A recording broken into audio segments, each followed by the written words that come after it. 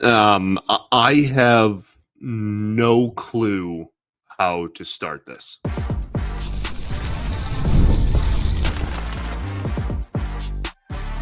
You are Locked On Tigers, your daily Detroit Tigers podcast. Part of the Locked On Podcast Network, your team every day. What is up, everybody? Welcome back to another edition of Locked On Tigers. I'm, of course, your host, Scott Bentley. Today is Wednesday, May 14th, 2025. Thank you so much for making Locked On Tigers your first listen every single day. Shout out to the everydayers that do tune in every day, by the way. We are free and available wherever you get your podcasts, including YouTube, part of the Locked On Podcast Network, your team every day. I want to get through that as quickly as possible. The Detroit Tigers win on Tuesday night by a final score of 10-9 in the 11th inning. They are 28-15. They take the first two games of this series. They have the best record in the American League. The next closest has 25 wins. Cleveland, Kansas City, New York's kind of close around there. Who cares? First thought, bang. I am never at a loss for words. And I will fill 30, if not longer, minutes. Okay.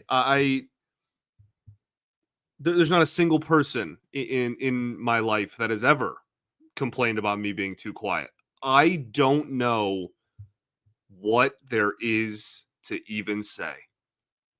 Javy Baez, 2-home run night while playing center field, 6 RBIs, and a walk-off 3-run homer in the 11th inning at home against the Boston Red Sox. My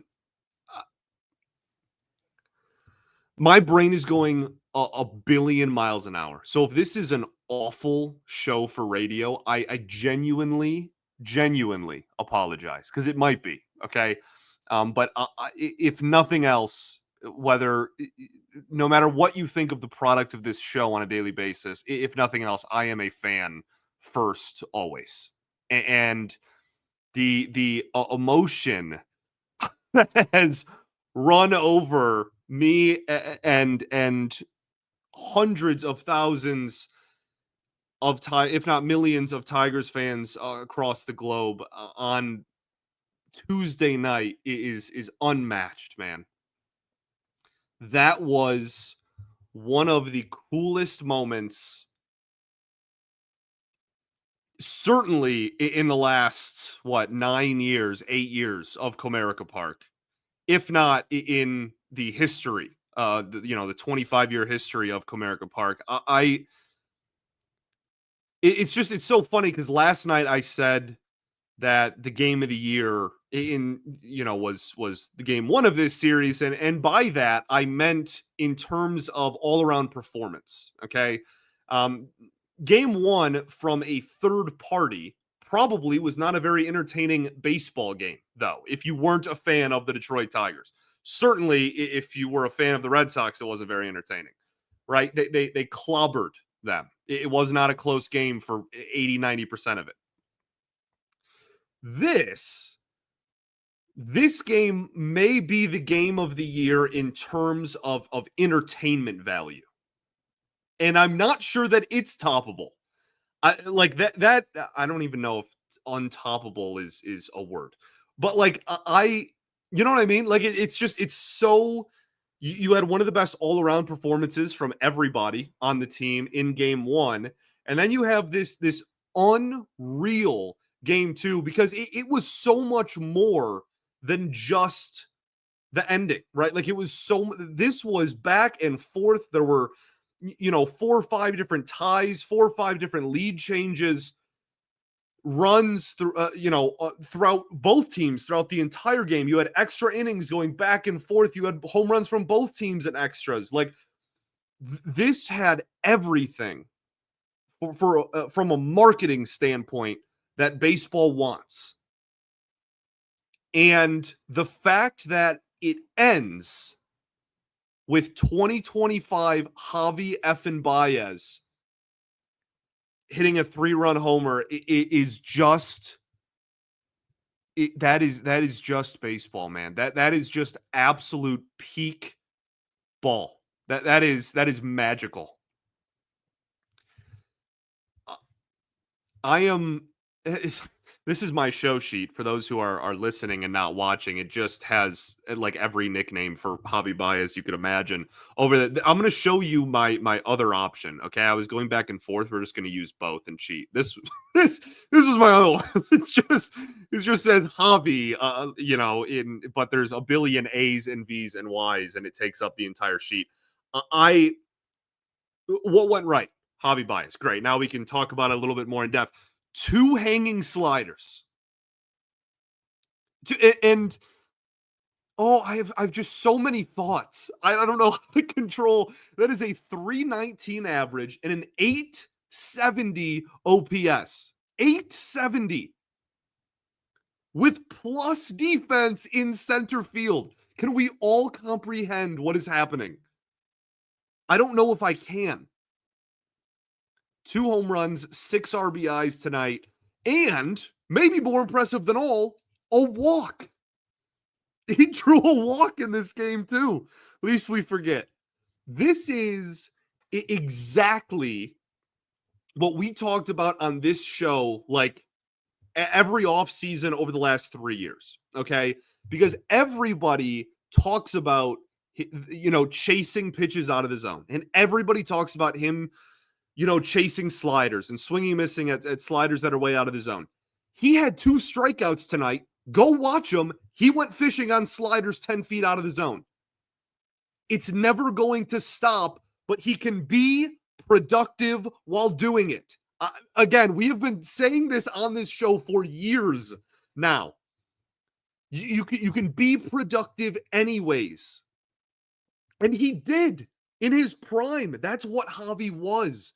He was the free swinger that everybody pointed and laughed at when he would strike out, but he went 2 for 3 with 3 or 4 RBIs more times than not and got MVP votes.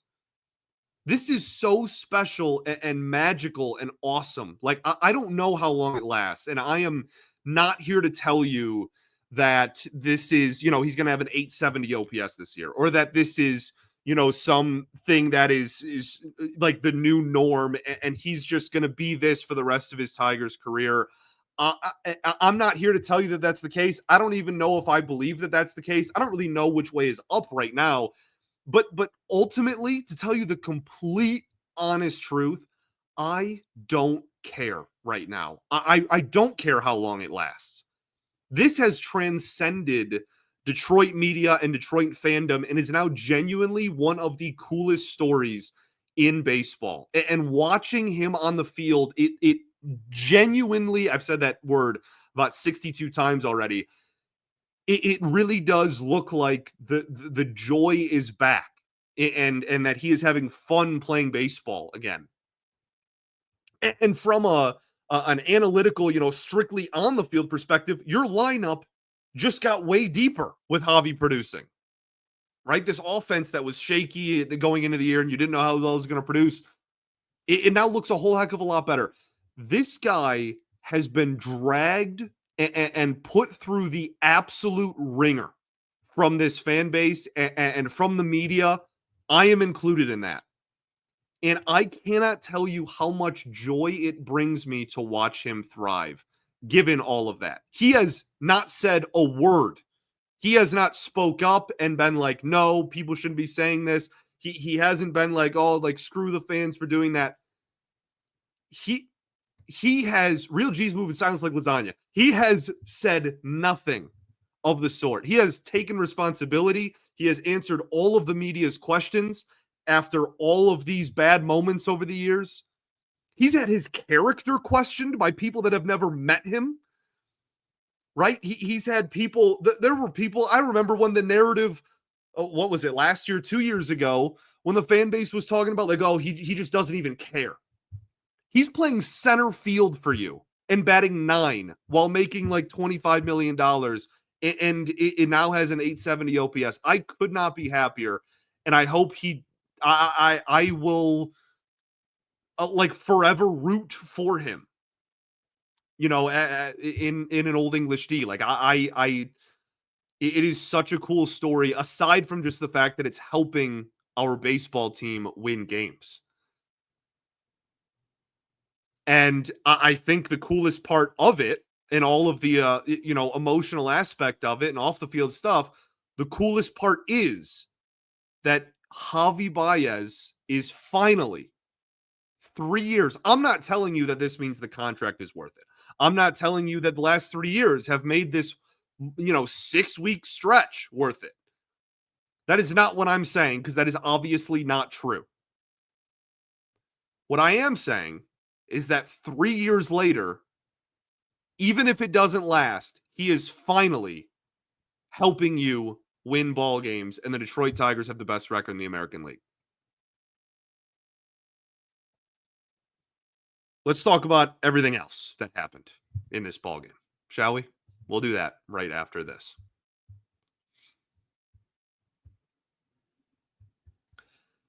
Gonna talk to you, I'll tell you about our friends over at Supply House. Get the supplies you need from the site that is made for the skilled trades, Supply House. Whether you're into plumbing, HVAC, or electrical work, Supply House is the reliable way to order your products online.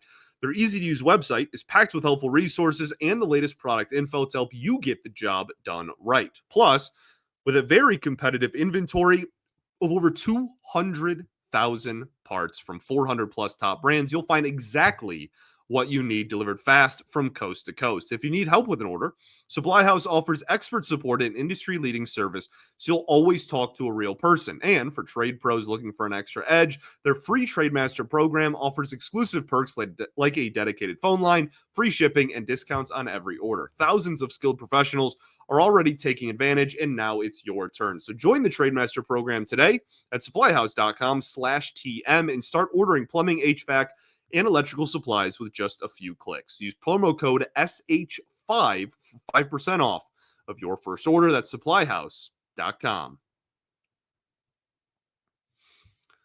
All right, everybody, welcome back here. Segment 2, Locked On Tigers. Appreciate y'all for tuning in. As always, making us your first listen every single day. Shout out to the everydayers that do tune in every day. And we will, of course, be back tomorrow with a recap of the series finale against the Boston Red Sox, where the Tigers will go for the sweep thanks to a fantastic performance from none other than Javy Baez. It was not all Javy, although 6 RBIs is really tough to argue against. Player of the game, pretty obvious in that regard. But looking around at, the other great performances from this game, you cannot tell the story of this ball game without giving mad props to Trey Sweeney. 1 for 5, but that one came when it mattered the absolute most. This almost doesn't happen like 6 different times, to be honest with you, but that moment almost doesn't happen. Trey Sweeney is down to his final out. I don't think it was a 2-strike count, but it was definitely at least a 1-strike count. Down to his final strikes, and rips a line drive to right field to keep this game going, tie the ball game, and send it into the 11th. Also, Jace Young. I have done nothing but rip Jace Young's offense on this show pretty much all season. And so mad respect. That's a big at-bat. He hit the ball hard. That's a line drive, pull side, everything we've wanted to see. The one thing that I will give Jace Young a ton of credit for, besides the fact that his defense is just night and day so much better than it was a year ago, is the fact that if you watch him in the batter's box, man, he does not look like a guy that has a batting average around 100 and an OPS in the 300s. He genuinely seems like he has really a good mindset towards these struggles and is approaching every at bat with still the same confidence that he is a former first round pick that crushed in every level of his life and is ready to take that next step. So I give him a ton of credit for that, and a big hit in this ball game. Zach McKinstry, some fantastic base running there in extra innings. And 2 hits as well, man. Like there are just so many storylines. I almost can't even like describe everything that's happening in 30 minutes. Like there are so many players that are contributing to this, and I really do think that maybe no one more important, maybe no one more important than AJ Hinch and kind of the culture and the mindset that he has implemented in each and every one of these guys, and that he believes too, and that's why they've all bought in. Um, Kerry Carpenter 2 for 3 with a walk. You love to see that. Torkelson, home run to the opposite field. Beautiful to see. 2 walks, gets on base 3 times with a homer. That is exactly what we are looking for. His OPS is now 870 on the season. I know a lot of people really put the big at bats, in that 10th inning, especially under a microscope. And I get it, but like he grinded that at bat, man. Like that is a full count. He worked it. He stayed alive, whatever it was, 9, 8, 9, 10, whatever pitch at bat. Just really grinded it out and did get a fastball like over the heart of the plate. And obviously he wants that one back. And I'm sure he would have loved to have been the hero in this game and turned on that pitch. But I really like that is the approach you want from him in that moment. You want him to grind out at bats until he gets a really hittable pitch. And again, he got on base 3 times in this ball game. I'm going to take this and be very, very pleased with Torkelson's performance. On the pitching side of things, when was the last time that we've gone almost 17 minutes into a show and haven't mentioned pitching once? I don't think it's happened yet this year because the pitching has been so good. I want to talk. This was kind of a pitching chaos throwback type of game. Will Vest, man, mad respect. 2 innings out of the pen. He throws a 20-pitch ninth and then goes back out there for the 10th. The Manfred runner, who cares, dude? I don't even count like giving up the Manfred runner as anything. You can get 3 consecutive like weak fly ball outs or ground ball outs and the Manfred runner can score. I don't like count that as giving up a run. Will Vest was sensational, and he is, without any shadow of a doubt, especially after this game. We'll talk about Canely here in a second. The highest leverage reliever on this baseball team. And then Tyler Holton, tip of the cap for to be in the opener in this ball game and doing a really good job. The reason that Holton is the opener, you got to look at the Red Sox lineup. They are stacked with really good lefties at the top. Devers is one of the best hitters in the sport, no matter where he wants to play defense in the field. Duran had a phenomenal season last year, all-star season, really kind of a coming out party for him. So you want Holton there, take an at-bat away from them early, and then let Montero eat the bulk of the innings. What went wrong? Who cares? Who cares? That's not my answer. Like I will break down what I thought went wrong in this game because it was such a back and forth electric baseball game. But I do want the sentiment to be clear. Who cares? This was just awesome. Enjoy this. Okay, now let's talk about what did go wrong because I have a job to do.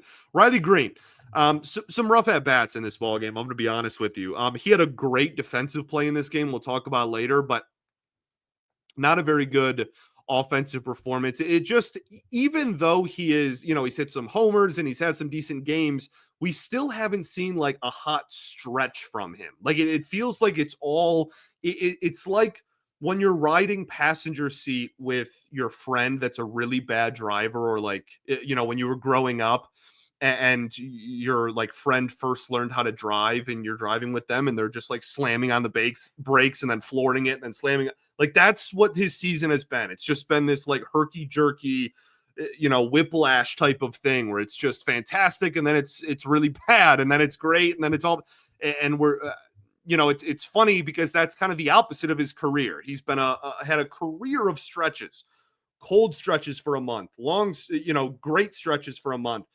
Like that's been his entire career. And to have him be in this all in, all out, every single game thing is kind of a new feeling. I'm not sure if that's a good or a bad thing. Only time will tell. Kader Montero, 3 1/3, 5 hits, 3 earned runs, 1 walk, 3 strikeouts, a home run against. Some people get mad at me when I talk about Montero because I feel like I maybe defend him a little bit more than maybe other media members or honestly just like a large part of the fan base probably does. I will not be doing that in this ball game. I did not think he was very good at all. Really, the stuff will play that I still stand by and believe his stuff is good enough. He had no clue where anything was going in this game, man. He was hanging pitches left and right, and that is the thing. It's one thing to miss out of the zone. It's another thing to miss in the zone to major league hitters. When you're missing in the zone as consistently as he has, it leads to a lot of hard contact and a lot of long balls. And that is something, Bregman hits a home run in this game to the dismay of Tigers fans everywhere. And it was off of Montero. So, yeah, man, like when he's hitting his spots, he's good and effective. That is just so few and far between and I want to remind people that is why when everyone in the rotation is healthy, he's literally not a major leaguer. Okay. We all have to remember that. This guy is not even in the major leagues when this team is healthy. Pitching depth is a good thing. Tommy Kahnle, you know what? Let's go to a break. We'll talk about that right after this.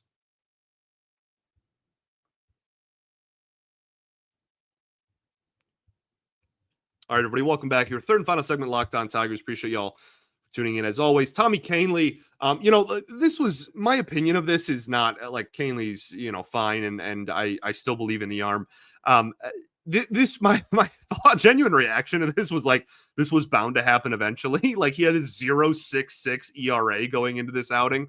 And his last outing in Colorado was brutal. So like you could kind of see the writing on the wall that this was, maybe kind of around the corner here, but you got to keep pitching him. He's been too good to not. And yeah, like this is just the life of a reliever. It's very, what have you done for me lately? He's been phenomenal. I expect him to still be one of the better relievers on this baseball team going forward. He was just hanging changeups like crazy in this ball game, and that's what happens. Bo Brisky too, man. We don't have to spend too much time on it, mostly because I'm not sure I have time to today, but maybe we have an off day on Thursday. Maybe we can talk about it then. I'm not sure what I have planned yet for that Friday episode, but Brisky just has not been effective this year. And pre-injury, post-injury, doesn't really matter. Just hasn't really been very good. And that's something needs to budge there. The Tigers either need to honestly replace him, because you have guys like Chase Lee who have been phenomenal down in the minor leagues, or he needs to make a serious adjustment and try to get back on track to the Bo Brisky we saw last year. That was so valuable for this team. Let's talk stuff. Do want to give credit to Riley Green. I know I bashed his offense there earlier. Incredibly heads up play in left field to kind of make it look like he was going to catch that fly ball in left. Duran on first base doesn't run to second base, and Green is able to immediately just get the ball in and get an out on a play where he really never had a chance of making that catch. Wonderful, wonderful, wonderful. All the credit in the world. He's been such a good defender in left field since moving there kind of full time. That was just an incredible ball game, man. And I know I said that earlier, and I'm kind of repeating myself, but that is a thought that I had when I was preparing for the show, before the game even ended, or when I thought the Tigers were going to lose. Like that was just an incredible baseball game to watch. That was so entertaining. Baseball is going to market the heck out of it, because Javy's a big brand, but also because that was just fun, high scoring baseball. So tip of the cap to the Red Sox there. I that would probably piss me off to hear, to be honest with you, if someone was like, oh, like nice job in a loss, right? That stuff, I'm too competitive for my own good. That stuff always drove me nuts growing up. But I genuinely, can I stop saying genuinely? I really do mean it. Like that was an incredible competitive baseball game and was just unbelievably entertaining. Also, tip of the cap to Christian Campbell. I feel so vindicated, much more than I deserve, for praising him yesterday, because that swing he had, that is a sinker low and in, that home run he hit. I have no clue how that ball went out. That is diabolical. Like, he is so talented. He is going to be an all-star caliber player. I'm telling you, he is unbelievably gifted. And that swing to take a high velocity sinker low and in on your wrong platoon side, right? Righty. and get the barrel inside of a sinker moving in at you and manipulate the barrel to flick it out to right field for a home run is something in my sweetest, wildest, craziest dreams in my life. I never ever could have seen like myself doing that on a baseball field. I cannot actually articulate how impressive that home run was. That is one of the most impressive home runs, I'm not kidding, I have ever seen. And that's not me trying to be like overly dramatic just for special effect. Like seriously, that is ridiculous. And yeah, he's in the running for Rookie of the Year for a good reason. Off the field, Jake Rogers begins his rehab assignment in AAA. That is fantastic news. We'll talk a little bit more on that. I see a lot of people online that are saying like Jake Rogers shouldn't have a job or whatever. Jake Rogers is absolutely coming back. He is replacing Tomas Nido, and that should happen. We can be happy with organizational depth producing without expecting or thinking that because they're producing in a small sample, they're going to do that the rest of the season. Okay. Nido has like a 590 career OPS or something. And he's been great. That's the dog, right? Again, it doesn't have to be all in, all out. You can just appreciate the production for what it is. So Jake Rogers back soon. That's super good. Matt Vierling rehab assignment still going on. I asked this question for the first time, I think about a week ago. I think at the end of last week. I cannot believe I'm saying this, because if you would have said that I would be saying this in May, back in like, February, I probably would have laughed or spit in your face. Does it make more sense when Vierling comes back to leave Javy Baez in center field and put Vierling at third? Like they've been, Jace Young, again, I praised him earlier. But like his production has just been so brutal. Like I don't know, dude. And like, in theory, Vierling can play center and you can put Javy at third too. I'm not saying it. And with AJ, it'll probably be both a handful of times just because that's AJ. But I don't know, man. Javy Baez might just be my center fielder until Parker Meadows comes back. I don't know. Unfortunate news. Jason Foley right shoulder surgery is done for the year. This is awful news because injuries suck and Jason Foley rocks. The one silver lining here is that he had a huge velocity dip in about May of last year, about a year ago. He didn't give up a run until either the end of April or maybe at all in April last year. Like he was the most dominant reliever on the planet until May. And then the velocity went from him throwing 102-mile-an-hour sinkers to him throwing 96-mile-an-hour sinkers that didn't get swings and misses. And so then he was like fine. He was still good. He was still productive for the team, but he, ERA in the threes. So if this addresses that and fixes that, I'm hoping that it is. I guess I'll put it that way. I'm really hoping that fixes that. Jason Foley, as you all know, if you're longtime listeners, legitimately one of my favorite Tigers of the last like 5 or 10 years. I adore him, and I hope that this surgery can get him back to being what he was, because he was a darn good pitcher for this team. What a day. What a day. The Detroit Tigers have the best record in the American League by multiple games. Torkelson has 11 home runs. Sweeney has been fantastic. Javy Baez is hitting over 300 with an OPS that's approaching 900. Gleyber Torres has been legitimately one of the best free agent acquisitions in all of baseball when looking at the free agent class from this past winter. You have your big bats that have been producing. You have your depth bats. You have your Dylan Dingler. You have your bottom of the lineup bats that have been producing like crazy. Your rotation has been stellar, and your bullpen has been really, really good. That all equates to the best record in the American League by multiple games. And my favorite part about the Detroit Tigers is that they're up 2-0 in a series, and Tarek Skubal pitches tonight. Thanks for making Locked On Tigers your first listen every single day. Shout out to the everydayers that do tune in every day. We, of course, will be back tomorrow recapping that series finale against the Boston Red Sox. The best pitcher in the planet is going when you have all the momentum in the world and have a sweep on the table against a good Red Sox team. That's the thing, man. We ain't done yet. Like, series ain't over, you know? It's not over yet. Now, after two demoralizing losses for very different reasons, one because it was hard fought and competitive, and one because you got smacked, now you have to go out there and face the best pitcher on the planet. Good luck. Appreciate you all greatly. Javy Baez forever. I can't even believe I'm even saying all this. What a world. What a world. I just, again, with the media thing, I'll end the show here. I'm just going to end up talking in circles, but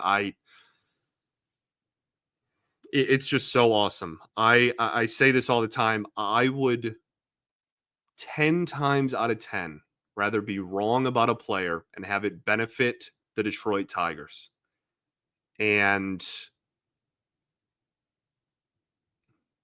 shout out Javy Baez. Peace and love. Going to Therapy's Dope. I'll catch you all tomorrow, baby. Go Tigers.